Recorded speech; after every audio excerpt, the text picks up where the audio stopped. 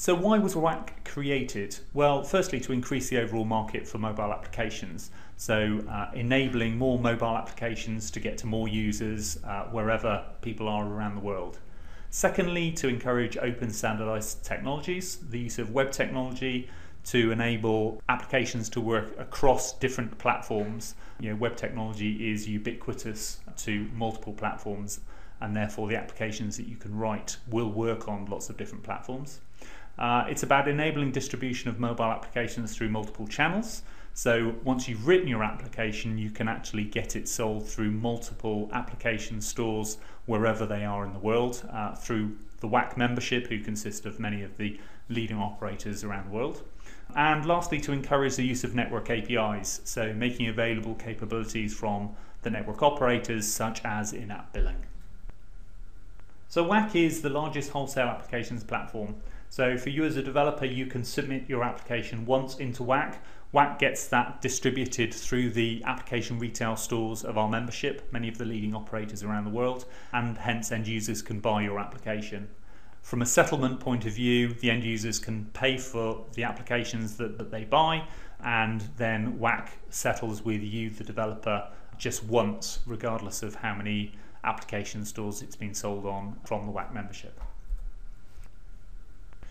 So WAC technology is about 5 key components. Firstly, web standards, as I've mentioned, so the use of W3C standards, including HTML5, CSS3, the widget packaging specification from W3C. Those are key components of what WAC does.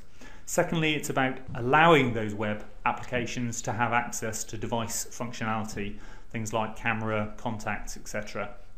And those device APIs, the specifications for those, the JavaScript APIs, come out of work that was previously carried out in Bondi and Jill. Also, it's having access to network APIs. So for you as a developer, you can use functionality from the network operators, such as in-app billing, so that even once your application has gone to an end user, you can make sure that you can charge the end user for additional functionality, even once it's in their hands. It also is very important to ensure compliance, and compliance from the point of view that we're talking about web technology, and it's about making sure that the web runtimes, the parts of the software that execute on each of the different devices, are compliant with the standard that we've set, making sure that the application that you write works consistently regardless of the platform and regardless of the device that it's working on. And lastly, security policy, making sure that by opening up access to device APIs and others, we make sure that the user can't be abused by malicious software. So what is a WAC application? It's fundamentally a package of different files using those web standards. So it's about having an HTML file, a CSS file, some JavaScript images, and also a config file that's based upon XML. Those are packaged together using a W3C packaging and configuration specification, and it basically means getting those files, zipping them all together, renaming them as a .wgt file, and then downloading that to the device which has the runtime on it.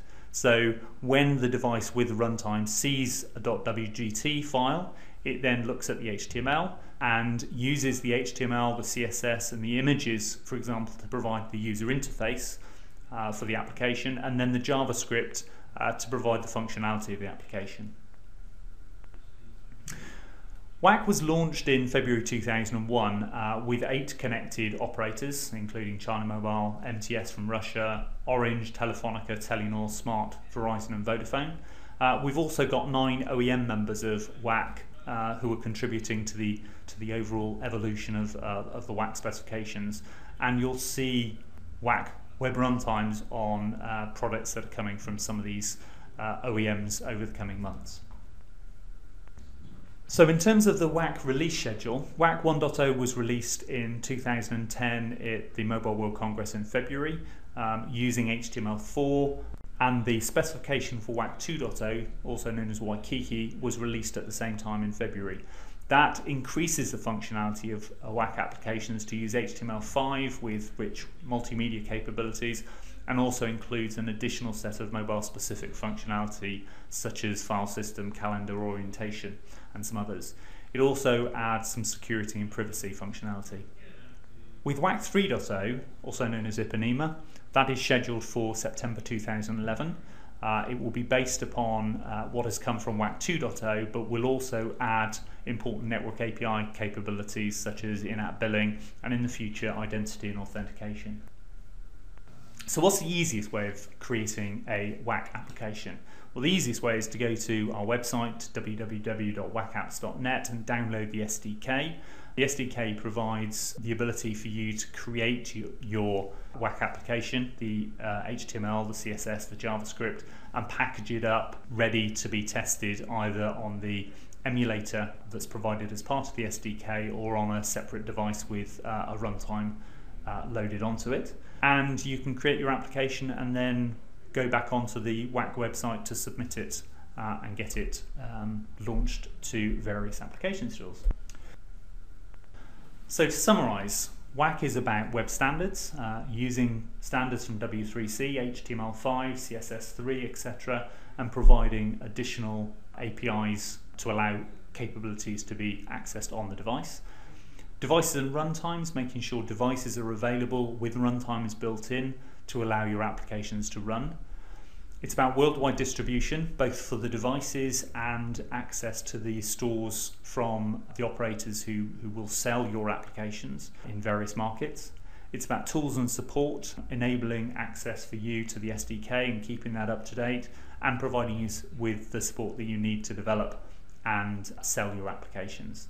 And lastly, about network APIs, enabling your application to have access down the line to in-app billing functionality that will allow you not only to make money through the sales of your application, but also through whatever means you want after sales as well. Thanks very much for listening and good luck with your development.